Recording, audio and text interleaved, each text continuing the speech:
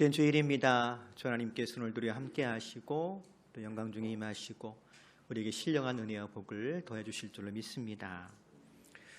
여러분들은 학교 다닐 때 질문이 많은 학생이었는지요? 아니면 질문이 없는 학생이었는지요? 네, 대답이 없으신 걸 보니까 질문은 관두고 대답도 잘 안 하셨던 학생이었을 것 같습니다.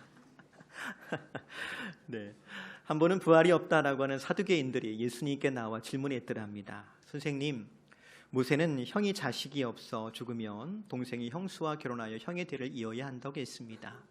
우리 이웃에 7 형제가 있었는데 마지 결혼하여 살다가 자식 없이 죽고 그 동생이 형수와 살게 되었습니다. 그러나 둘째도 자식이 없이 죽었고 셋째에서 7째까지 모두 그렇게 되었으며 끝내는 이 여자도 죽었습니다. 이렇게 7 형제가 모두 한 여자와 살았으니 부활 때 그 여자는 누구의 아내가 되겠습니까? 물론 이 질문 속에는 예수님을 시험하려고 하는 의도가 다분히 담겨져 있었습니다. 또 예수님께서 이런 시험당하는 질문을 받은 것이 한두 번이 아니지요. 그리고 예수님은 사두개인들에게 이렇게 대꾸해 주십니다. 마태복음 22장 29절 보니까 예수께서 대답하여 이르시되 너희가 성경도 하나님의 능력도 알지 못하는 거로 오해하였도다. 예수님을 시험하려고 찾아와서 질문하였지만 실상 그들은 성경도 모르고 하나님의 능력도 오해했더랍니다. 그래서 심각한 오해 속에서 예수님께 질문했던 거예요. 이런 걸 가르쳐 뭐라고 그럴까요? 말이나 못하면 중간이라도 가지. 왜 그래서 우리 질문 잘 안 하잖아요. 사두개인들의 질문이 사두개인들의 영적인 수준을 드러나게 했더랍니다. 그들의 어리석은 질문이 이 사두개인들의 무지와 오해를 드러나게 한 것입니다. 학교에서 강의할 때면 수업 마치면서 질문 있나요? 라고 묻습니다. 그럼 학생들이 대부분 질문을 안 해요. 없대요. 몇 가지 이유가 있을 거예요. 교수님 지루하니까 빨리 끝내주세요. 이런 의미도 있을 것이고, 또는 도무지 처음부터 끝까지 알아들은 것이 없어서 질문할 것도 모르겠으니까 질문이 없을 수도 있겠고, 혹은 정말로 만에 한 번 있을까 말까 한 경우긴 하겠습니다만 강의가 너무 훌륭해서 더 이상 물어볼 것이 없는, 네, 다 웃으시잖아요, 그렇죠? 그런 경우도 있을 수도 있겠죠. 오늘 저와 여러분이 읽은 본문 속에도 보면 사실 질문과 대답 형식으로 이루어져 있는 걸 볼 수가 있습니다. 먼저 로마서 9장 14절 보니까 그런즉 우리가 무슨 말을 하리요? 하나님께 불의가 있느냐? 그럴 수 없느니라 라고 적고 있습니다. 하나님께 불의가 있느냐? 좀 쉬운 말로 표현한다면 하나님, 이거 불공평하지 않습니까? 이런 항변이고 질문입니다. 또 한 가지 질문은 로마서 9장 19절에 기록되어 있습니다. 혹 내가 내게 말하기를 그러면 하나님이 어찌하여 허물하시느냐? 누가 그 뜻을 대적하느냐 하리니? 라고 적고 있는데요. 이걸 좀 쉬운 편으로 바꿔본다면 하나님 뜻대로 마음대로 다 하신다면서 왜 불순종한다고 책망하십니까? 이런 질문이고 항변입니다. 왜 이런 질문이 필요했느냐? 이유인 즉 앞에 소개했던 사두개인들과 마찬가지 이유일 겁니다. 복음에 대해서 무지하거나 혹은 복음을 오해했기 때문입니다. 그리고 바울은 그들의 무지와 오해에 대해서 충분히 설명해야 될 필요성을 느꼈더랍니다. 그래서 편지를 통해서 대답하고 있는 걸 볼 수 있습니다. 근데 여기서 한 번 더 생각해 봅니다. 바울이 지금 누구에게 편지를 쓰고 있는 겁니까? 로마서니까 로마에 있는 교인들에게 편지하는 겁니다. 다시 말하면 이러한 질문과 대답이 필요했던 사람들이 누구더라고요? 로마 교회 교인들이었어요. 다시 말하자면 안타깝지만 로마 교회 교인들은 복음에 대해 무지하거나 혹은 오해하고 있었더랍니다. 우리가 처음 로마서를 시작하면서 함께 나눈 이야기이긴 합니다만 로마 교회는 말 그대로 예수 그리스도라고 하는 터 위에 세워진 교회였습니다. 즉 그들 다 예수 믿는 사람들이었습니다. 그렇지만 그럼에도 바울이 로마 교회를 찾아가서 그가 받은 신령한 은사, 즉 복음을 나누어 주고 싶었던 것은 로마 교회 교인들이 복음을 다시 들어야만 했기 때문입니다. 이것이 무슨 의미겠습니까? 로마 교회 교인들이 복음을 부분적으로만 알고 있거나 혹은 복음에 대한 열정을 잃어버리고 있거나 혹은 복음에 대해서 오해하고 있었더라는 것입니다. 즉 그래서 그들은 다시 복음을 들어야만 했더랍니다. 그렇다면 오늘 사도 바울이 본문에 던진 두 가지 질문을 통해서 로마 교회 교인들에게 전하고 싶었던 복음의 내용은 무엇일까요? 그걸 다시 한번 좀 생각해 보고, 혹이라도 저와 여러분 가운데도 부분적으로 알고 있었던 것은 온전히 알게 되어지고, 혹이라도 우리가 복음에 대한 열정을 잃어버렸다면 그 열정을 회복하고, 만에 하나 복음에 대해서 오해했더라면 그 오해를 벗는 귀한 시간 될 수 있기를 바랍니다. 첫 번째 질문입니다. 로마서 9장 14절에 이르지요. 그런즉 우리가 무슨 말을 하리요? 하나님께 불의가 있느냐? 그럴 수 없느니라 라고 적고 있는데요. 현대어 성경은 이렇게 번역합니다. 그러면 하나님은 불공평한 분일까요?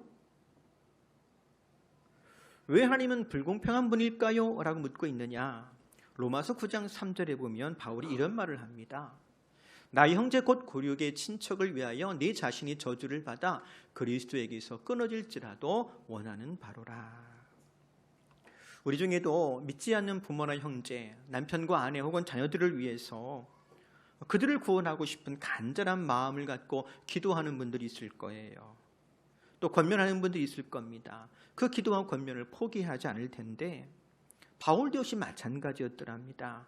그들의 형제여 고륙 친척이었던 유대인들의 구원을 위해서라면 심지어 그 자신이 저주를 받아도 좋겠다고 말할 정도로 간절한 마음이 있었어요. 하지만 정작 이런 바울의 말을 들은 유대인들은 어떻게 반응했느냐? 왜? 왜 굳이 그래야 되는데?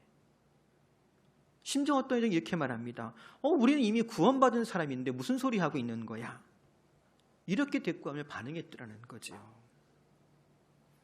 우리가 아는 것처럼 유대인들, 소위 아브라함의 후손이고 이스라엘이라고 불리던 사람들입니다. 남자아이는 태어난 지 8일 만에 할례를 받습니다. 즉 하나님의 백성이라고 하는 흔적을 몸에 지니는 겁니다. 또 유대인들은 하나님 말씀인 율법을 맡은 사람들이었습니다. 그래서 유대인 특별히 남자아이는 13세가 되면 마르미츠바라고 하는 성인식을 치르게 됩니다. 번역하면 계약의 아들이란 뜻이에요. 이 성인식을 치르기 위해서 1년 정도 준비하는데 1년 동안 토라, 즉 모세오경, 창세기, 출애굽기, 레위기, 민수기, 신명기를 읽고 강론할 수 있을 정도로 성경을 암송해버립니다. 그리고 10살 되는 해에 안식일날 일가 친척을 다 불러놓고 그 앞에서 그가 암송한 이 토라를 암송해서 다 발표하는 거예요. 그러면서 내가 공식적으로 이제 하나님 말씀을 맡은 사람이라고 하는 것을 알리고 인정받는 겁니다.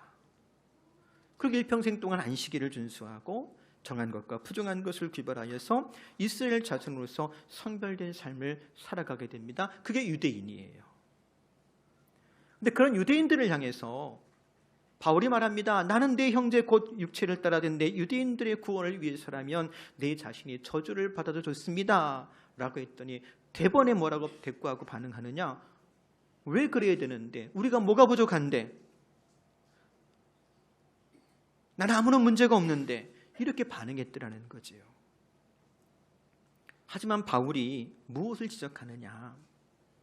유대인이 아브라함이 우선된 것은 자신의 선택과 결정과 공로가 아니라는 거예요. 그저 태어나 보니까 뭘로 태어났어요? 유대인으로 태어난 거예요. 우리 시리 좀 바꾸어 표현해볼까요? 내가 태어나 보니까 믿는 가정에 태어났어요. 그래서 모태신앙된 거예요. 또 8일 만에 할례를 받았어요. 남자분들은 알 거예요. 성인 된 다음에 그것이 얼마나 아픈 건지. 근데 8일 된 아이가 뭘 알겠습니까? 그 의미가 무엇인지 어떻게 깨닫겠습니까? 즉 8일 만에 할례 받는 것도 내 선택이나 결심이나 내 공로가 아니었습니다. 우리 식으로 좀 바꿔 말해볼까요? 태어난 지 1년 만에 엄마 아빠가 교회 데려갔는데 목사님의 머리에다가 차가운 물을 부었어요. 그게 뭐래요? 세례예요. 유아 세례 받았어요. 지금 그 얘기하고 있는 거예요. 하나님 말씀을 맡았다라고 했는데 생각해 보십시오. 하나님께서 주지 않았으면 어떻게 맡을 수 있겠습니까? 사실 유대인들이 자랑스럽게 생각하는 그 모든 것이 실은 선물로 은혜로 받은 것입니다. 그런데도 유대인들은 선물로 받은 것을, 은혜 입은 것을 마치 자신의 공로인 것처럼 생각하며 우쭐한 마음을 가지고 그것을 자랑의 이유로 삼았더랍니다. 더 나아가 그것을 자기 의로 삼았어요. 가장 심각한 것은 무엇이냐? 그 우쭐함 때문에, 자기 의 때문에 예수 그리스도를 거절했더랍니다. 복음서에서는 그런 사람들을 가리켜 뭐라고 부르지요? 바리새인 같다라고 부릅니다. 근데 여러분, 이 이야기를 왜 바울이 로마 교회를 향해서 적었을까요? 안타깝지만 로마 교회 안에 바리새인 같은 사람들이 있더라는 겁니다. 황제를 신격하는 로마 제국의 수도 로마 한가운데서 예수를 그리스도로, 나의 주로, 구원자로 믿는 사람들이 있었습니다. 이 얼마나 대단한 신앙인들이었겠습니까? 하지만 시간이 지나다 보니까, 신앙생활 하다 보니까 어느새 그들 안에 자기 의라는 것이 생겼습니다. 우쭐한 마음이 생겼습니다. 자랑하고 싶은 것들이 생겼더라는 거예요. 근데 복음을 자랑하면 좋겠는데 자신을 자랑하더랍니다. 근데 이런 것들이 하나님 앞에서 의미가 있더라 없더라? 없습니다. 이런 생각이 나의 구원을 이루는데도 실은 아무런 도움이 되지 않습니다. 왜요? 생각해 보건대 모든 것이 실은 하나님께서 선물로 주신 것이었습니다. 은혜의 결과지 나의 선택과 나의 공로의 결과, 나의 수고의 결과가 아니더라는 겁니다. 그래서 유대인들을 빗대어서 지금 이 말을 전하고 있는 거예요. 오늘 우리도 마찬가지입니다. 우리끼리니까 그냥 이야기하는 거지만 여러분, 혹 내가 그래도 제법 괜찮은 사람이지 하는 생각 가운데 살고 있지는 않은지요? 혹 내가 누구보다는 좀 낫지 뭐 이런 생각하며 신앙생활하고 있지는 않은지요?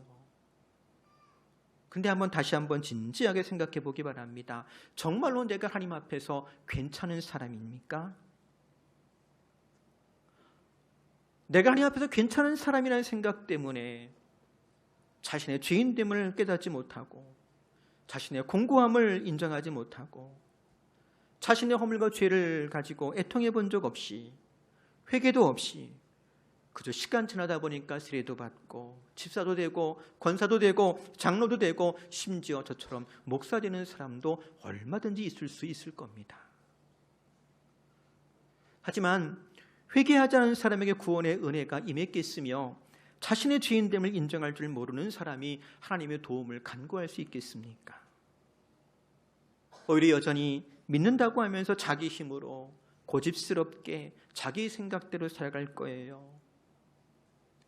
교회를 오래 다니고 신앙생활을 오래 했으면 정말로 예수님을 닮고 성령의 풍성한 열매가 있는 것이 마땅하겠습니다만 오히려 바리새인처럼 변하는 사람도 있더라는 겁니다. 그래서 내 뜻과 안 맞으면, 내 생각대로 안 되면 하나님 이럴 수 있습니까? 하나님 공평하지 않습니다 라고 불평하며 원망하더라는 거지요. 그래서 지금 묻고 있는 거예요. 14절입니다. 그런즉 우리가 무슨 말을 하리요? 하나님께 불의가 있느냐? 그럴 수 없느니라. 그렇지 않다는 거예요. 우리를 택하시고 구원하시고 우리 인도하신 그 모든 과정 속에 하나님은 불의하지 않습니다. 설령 내 인생이 내 생각대로, 내 계획대로 흘러가지 아니하고 내 뜻과 어긋날지라도 하나님은 여전히 선하심으로 우리의 구원을 온전히 이루어 가시는 분이신 줄로 믿습니다. 그래서 사랑하는 성도 여러분, 나는 괜찮은 사람이야 라고 하는 생각 잠시 접어두고 말씀 앞에, 하나님 앞에 진지하게 내 자신을 돌아볼 수 있기를 바랍니다. 혹이라도 여전히 내 마음속에 불안이, 불평이, 원망이, 남을 탓하는 것이 있다면 실은 그것이 내가 괜찮은 사람이 아니라고 하는 증거일 거예요.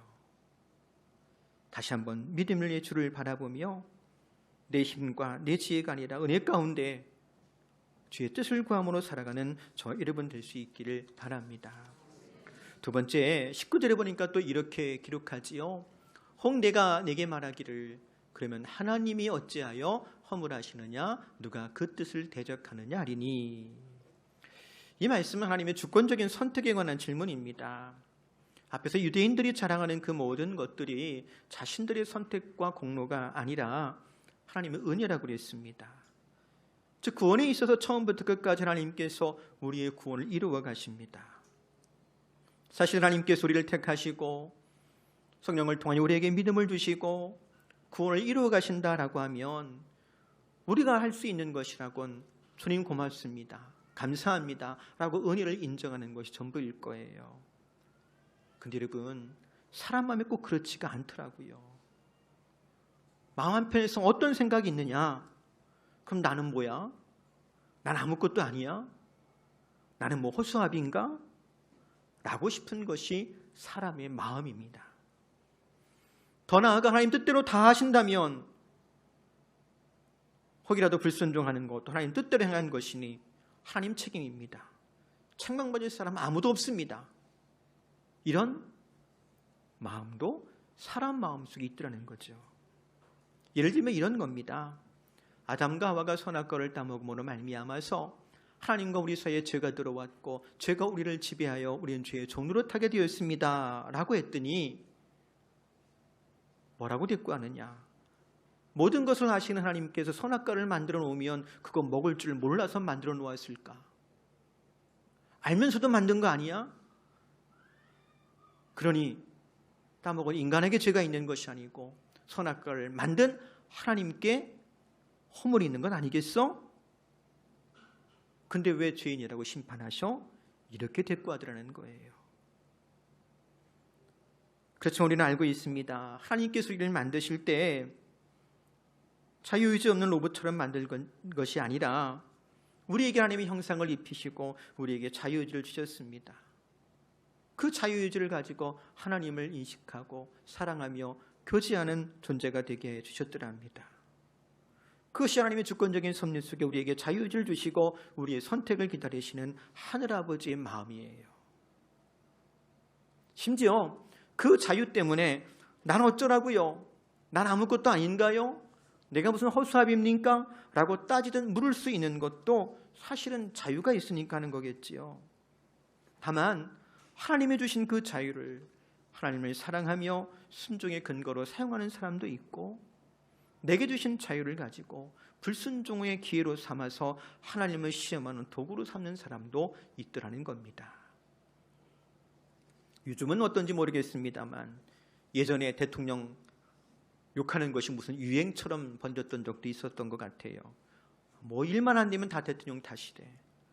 대통령도 그냥 대통령이 아니고 막 대통령 이름을 불러가면서 누구 탓이라고. 근데 그 이야기를 들은 대통령이 이렇게 대꾸했다지요. 답답하고 속상한 국민이 대통령 이름 불러가며 욕이라도 해야 좀 살 거 아니냐고, 괜찮다고 라고 했다는 유명한 일화가 있는데요. 마음대로 대통령 욕할 수 있는 나라도 실은 자유국가일 겁니다. 그러니까 가능할 거예요. 또 자유국가이기 때문에 IMF로 국가 위기가 닥쳤을 때 시키지도 않았는데 끼고 있던 금가락지 빼내놓고 옷장 속에 숨겨두었던 아이들 돌반지 들고 나와서 금 모으기 했잖아요. 누가 시킨 것도 아닌데 일본에서 주요 부품 수출하지 않는다고 그러니까 불매운동 벌인 것도 스스로 하는 일들이잖아요. 즉 자유를 어떻게 사용하는지 그것이 국격을 가늠하게 하더랍니다. 신앙도 마찬가지일 거예요. 사랑하는 성도 여러분, 오늘 우리는 하나님께서 나에게 주신 자유를 어떻게 사용하고 있는지요. 시간도 물질도 건강도 지위도 하나님께서 자유 안에서 우리에게 허락해 주셨습니다. 그 시간과 물질과 지위와 건강 가지고 어떻게 사용하고 있습니까? 소망하기는 하나님께서 내게 허락하신 그 자유를 하나님을 더 사랑하고 이웃을 사랑하는 가운데 주의 뜻을 조차 순종의 기회로 사용할 줄 아는 저와 여러분 될 수 있기를 바랍니다. 그래야 합력하여 선을 이루시는 주의 뜻이 이루어지며 주의 집에서 귀하게 쓰임받는 그릇이요 예비하신 하나님의 신령한 복을 경험할 줄 아는 저와 여러분 될 수 있기를 주의 이름으로 권면해 드립니다. 말씀을 정리합니다. 로마 교회가 복음을 다시 들어야만 했더랍니다. 믿는다고 하지만 그들은 사두개인처럼 복음에 대해서 오해하고 있었고 그래서 믿는다고 하지만 어느새 바리새인처럼 변하고 말았더랍니다. 생각해 보기 바랍니다. 복음이 무엇입니까? 하나님께서 그리스도 예수를 십자가에 내어주심으로 되스게 은혜로 나를 구원하셨고 변함없는 사랑으로 나를 지키시고 보호하실 뿐만 아니라 성령께서 내 안에서 교통하심으로 나를 이끄시고 인도하시는 것입니다. 그러니 우리가 복음 안에 있다면 그 옛날 로마교회 교인들의 어리석음을 따라갈 이유가 없겠지요. 우리 주 예수 그리스도께서 이미 내 안에 우리 안에 계심으로 우리의 마음과 생각을 바꾸시고 복음 안에서 날마다 그리스도 예수를 닮아가니 우리의 삶 속에 성령의 열매가 충만하게 될 줄로 믿습니다. 복음 안에서 허락된 자유를 가지고 주의 뜻을 이루며 살아가는 저와 여러분 되기를 다시 한번 주의 이름으로 축복합니다. 우리 기도하겠습니다. 하나님, 그리스도 예수 안에서 우리를 구원하시고 자녀 삼아 주시어서 주의 선하신 뜻을 쫓아 살아갈 수 있도록 인도하시니 고맙습니다. 우리에게 허락된 그 자유 안에서 하나님께 영광 돌리며 서로 사랑함으로 주의 뜻을 이뤄가는 삶을 살아가기를 원하오니 다시금 우리에게 성령의 충만함 허락하여 주옵소서. 예수님의 이름으로 기도합니다. 아멘.